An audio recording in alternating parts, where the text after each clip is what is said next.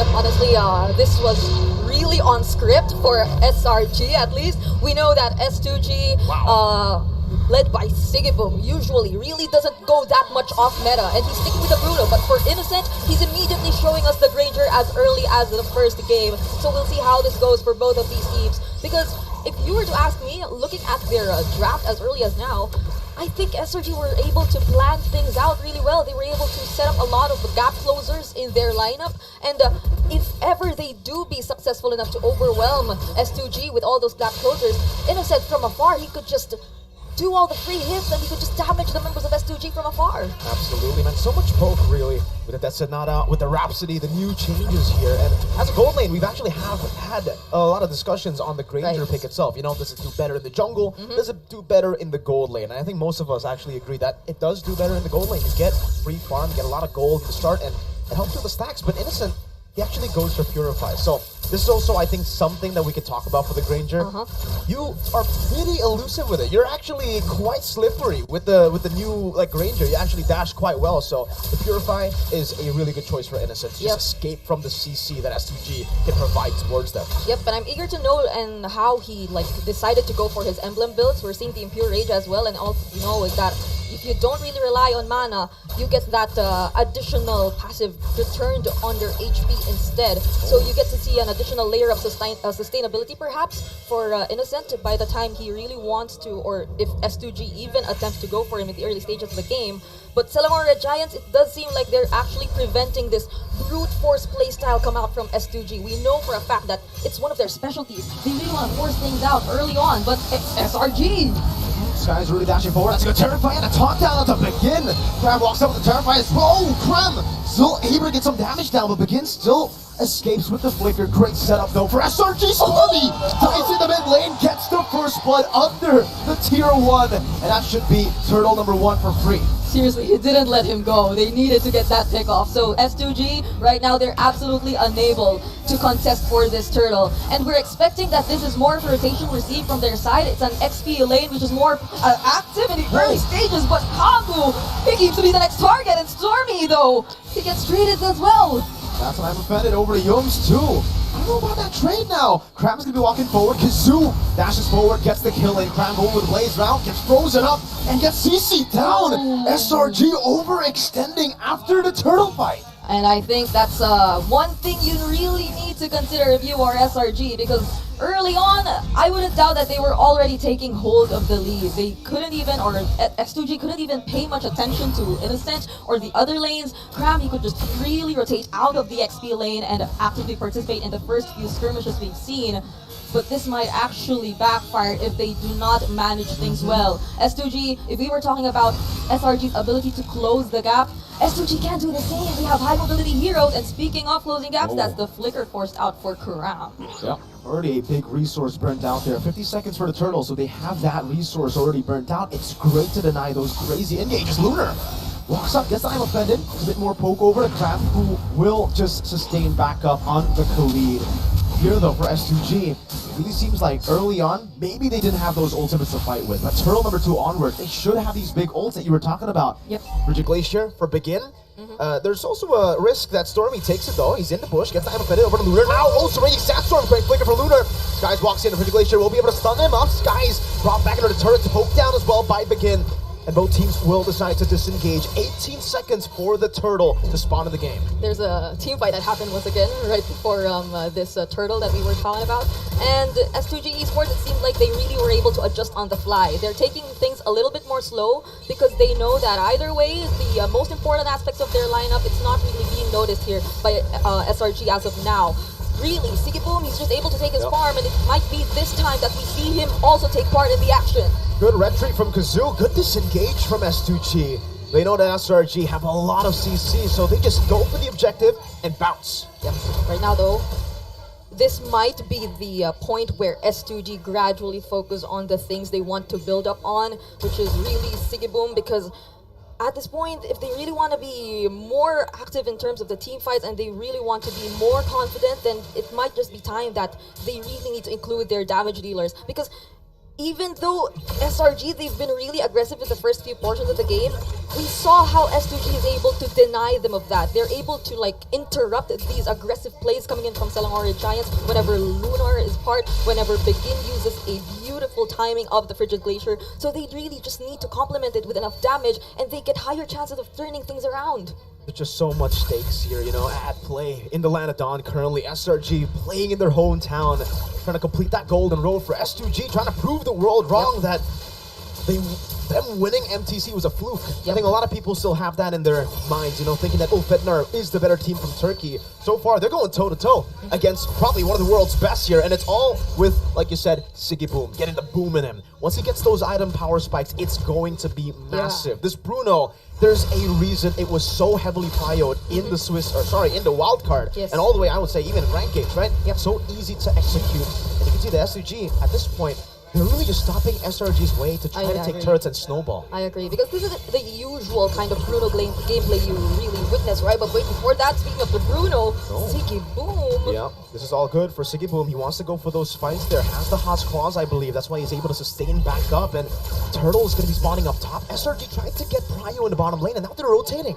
Yep, but Pagu, you know, this roamer for S2G, the moment he came in, he really brought a lot of changes to S2G in the way they play their games, in the way they really adjust and explore some new strategies. We know them to only stick for the 4 Protect 1 strategy before, but now we're seeing how they can really just adjust on the fly, but Begin!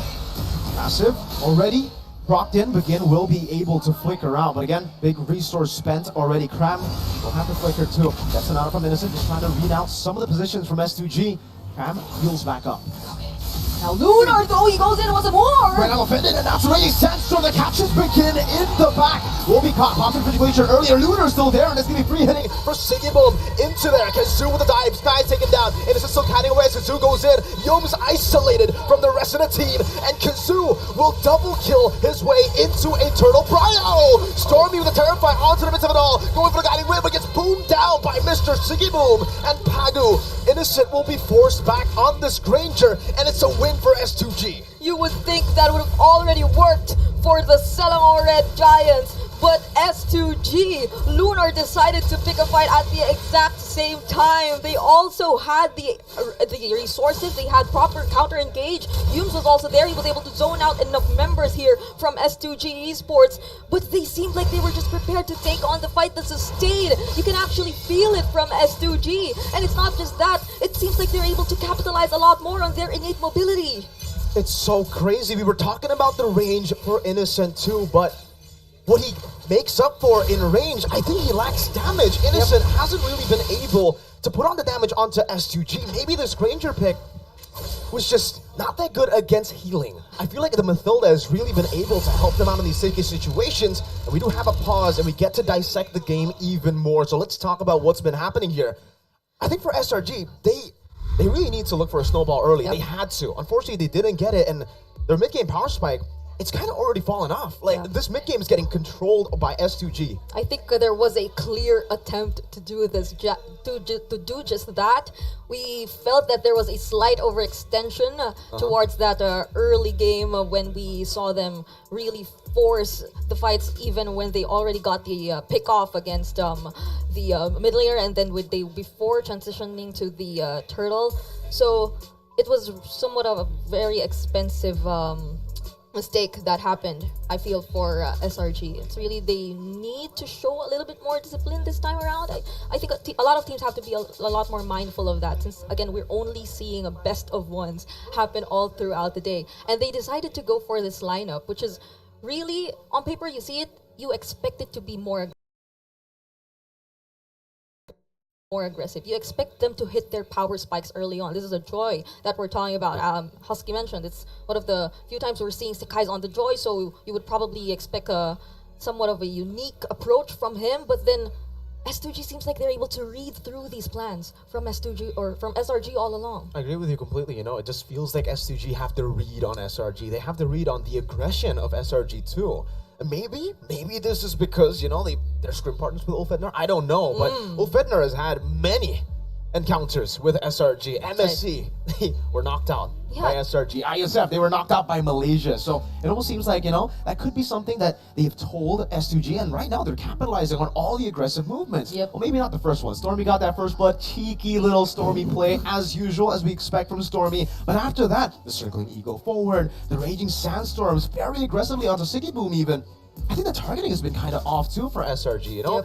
Usually we see them very, very clean. I mean, for their engages and their discipline, this is still MSC SRG, I feel. When it comes down to it, they're not a full discipline team. They are a team that is willing to take risks, but their targeting and team fighting is always just crisp clean. I agree. And I don't know if it's because of the pressure of playing in front of the home crowd or what, but the targeting hasn't been that clean. Yep, we are seeing more of a one-track mind from S2G, I feel, in terms of like the targeting, who they want to prioritize first, heading into the team fights, or even just reacting to the team fights being set up here by SRG. But when for SRG, although maybe it's now that we could probably think about, is this much range still benefiting them? Because it seems like their team fights are slowly becoming all over the map. Like they have access to a lot of areas in the map. They can like jump in from afar, use the avatar of the Guardian, or perhaps even just use the Death Sonata from afar and even scout the enemies. But then could we see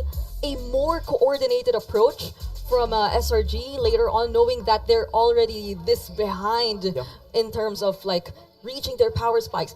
And again, we've also mentioned this isn't the typical Bruno early playstyle that you would really expect for the most part. Whenever we see the Bruno, you would expect the brute force playstyle come into play. Like they're just really gonna force and focus on a particular lane, taking out the energy shields, taking out the turrets, and then eventually transitioning from there. But now they're taking it really slow. They're just so patient. And it doesn't change the fact that Bruno's still a late game hero anyway. So by the time they just consistently be able to do these punishes, they can eventually get the upper hand if SRG doesn't do something. That's why it's a fun topic to talk about here. The Bruno being a mid to late game pick. Early game, you're also kind of a bully, right? That's what makes him such a prio pick right now. But when we're talking about gold lane and late game, Granger's technically late game too now, right? I mean, he stacks up, he gets way more ways to poke with Rhapsody and the Death Sonata as he stacks up later on, but it does seem like we're just going to get back into the game again. S2G are in the lead. SRG, do they have the late game power to actually play through these team fights? Yep, they have a lot of AoE, if it's just that. But then you really have to see some extra work come in here from Sekais as well as Innocent. So would Sekais be reliable enough to deal with those heroes from S2G, which may be a little bit more hard to reach? And could Innocent deal enough damage for those heroes from S2G who are within reach, who will be like covered here and, I don't know, being like in the front lines of whenever there is a team fight that happens later on? Because as we're seeing it right now, SRG, they're still able to take the trades nonetheless, and maybe it's this point in time where Sekai begins saying that, oh, maybe we should be a little bit more careful and look for the trades for the meantime. Yeah, that's the advantage that SRG definitely have with the Joy, compared to the studio, who's really, I would say, better than neutral objectives, but when it comes to split pushing, it's going to be tough for S2G to actually send people down below. Pagu, you can see that poke damage from Innocent, and that's why we asked the question, is Granger a mid-game pick or a late-game pick? Because you can see that damage already build up. Pagu, still able to heal up. Lunar, I'm a minute over to Yums. The freeze as well, poking him down. Cram, trying to shot a bit more damage over to S2G, but both teams are just poking each other. Yeah, definitely for SRG, this is the time they need to capitalize on their poking capabilities up against S2G Esports. We don't see as much sustain or in terms of like the tanky heroes from S2G as compared to SRG, so they definitely can take advantage of that. But once S2G decides for a commit, though that's the I'm offended already used here, then SRG, they really need to be careful. But as we're seeing it right now, they're slowly getting hold of what to do during this Lord dance. You can see the poking game that you were mentioning in the early game for Innocent. It's happening here in the mid-game. It's some Island Stormy gets an I'm offended. Over to two. As it guns him down, the combo in the back is a raging Sandstorm and an AoE S2G, that's a double. And Selangor Red Giants, they are finally online in the 10th minute of the game. They have enough ways to scout for the members of S2G, and it seems like the plan is to take them by surprise. What a play from Stormy there, catching two crucial members. And once you take out all of the frontliners, then that's easier access for Sakai's and for the rest of the members to just take out the remaining members of S2G. Let's check out that instant replay right there. Look at Stormy. Look at Stormy. And even when there was a beautiful usage of the Frigid Glacier, it was a bit too late. They had no other resources to prevent the aggression from the other members of SRG. There you go. That's SRG. Or is that the first few minutes? Man, SRG, we were talking about it, the targeting was not it. And then they just had to adapt in on the go, right? They just had to, I would say, yeah, adapt and get used to the pressure they're feeling here in as the hosts. And they're here with it. It's a Lord in the mid lane charging down as a holy defense. Already procced in. SRG utilizing Innocent's range. Wow. Poke them down. Luna's half HP. The defense is still good. They are able to get rid of it. No Innocent way. though is gunning them down. He has it. That's another one more shot. Lunar low. The photo saves Pagu and Lunar, and they're forced back in their own base. That was so aggressive from Innocent. I mean, they had an idea. There's still no flicker for Lunar, so there won't be any surprise setups just yet. But there's a circling eagle. Oh, Pagu, he's trying to run away. That's another hits, but he still is able to escape with the guiding win, and S2G defend. No base turrets taken down. All right, so S2G, they're still able to defend this in some ways. But SRG, it seems like this was the moment they've been waiting for. Now that S2G might just be gradually trapped in a certain area in the map, SRG, they can play around things a lot more. They have, again, I kept mentioning the Avatar of the Guardians, but they also had the Raging Sandstorm. And as long as they are able to prevent Lunar from doing its job of being the first one to take SRG by surprise, or even preventing and interrupting these attempts from SRG, then there seems to be no problem anymore. They just need to force out the necessary skills that S2G keep on capitalizing for the counter engages, and then there's nothing stopping them from being too aggressive against S2G. And at this point, I think for S2G, the game plan is we're just going to try to out-sustain you in the fights or get a massive combo.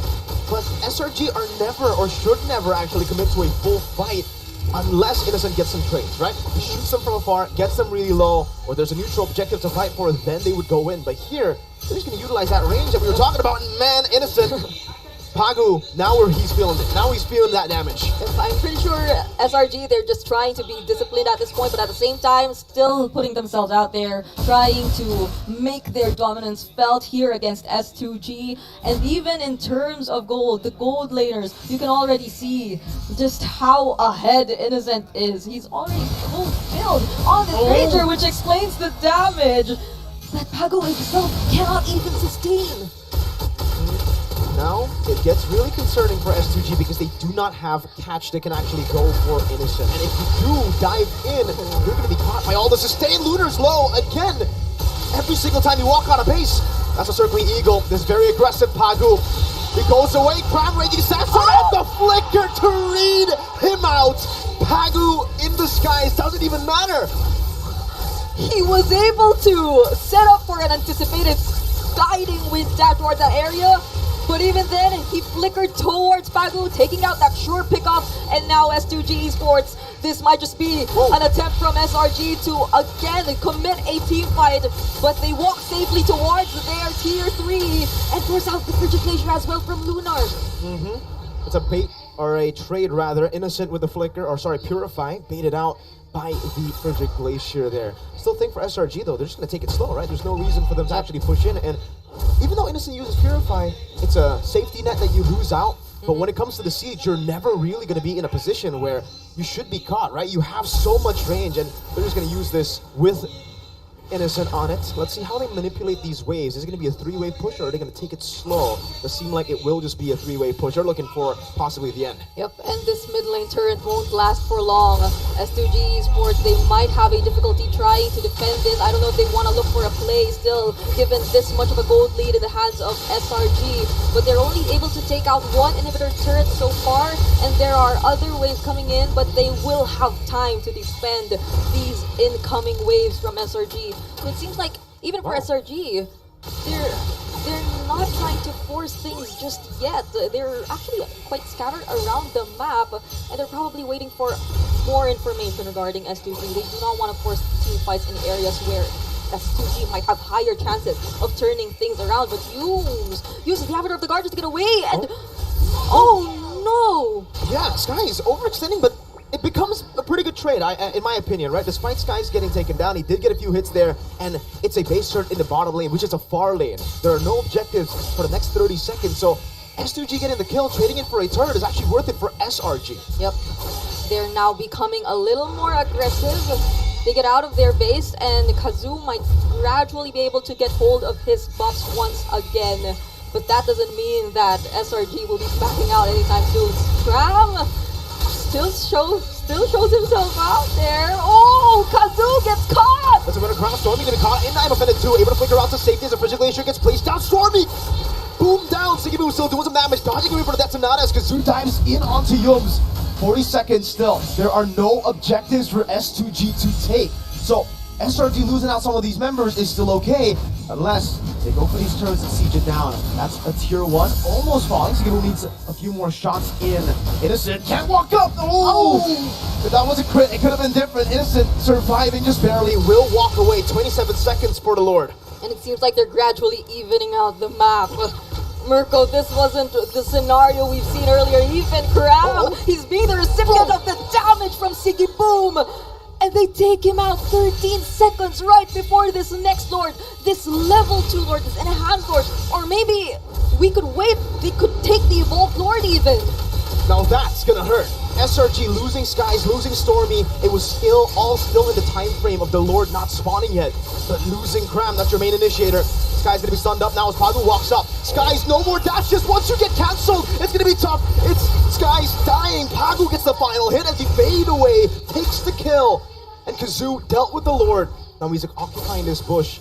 SRG, good read with Innocent popping into that Sonata. But now it's an enhanced Lord for S2G.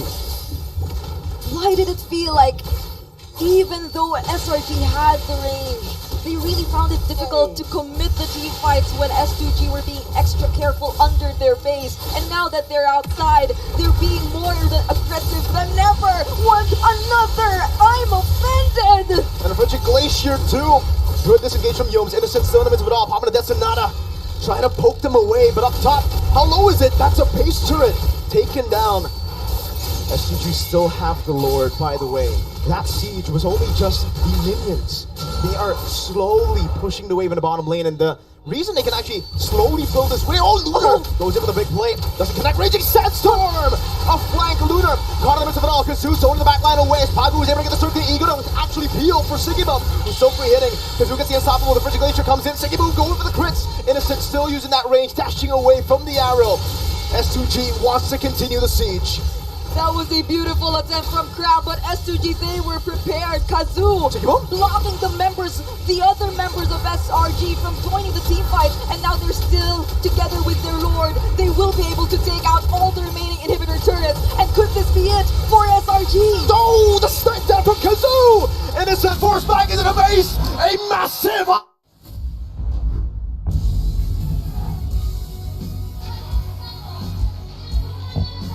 Our panel was mentioned.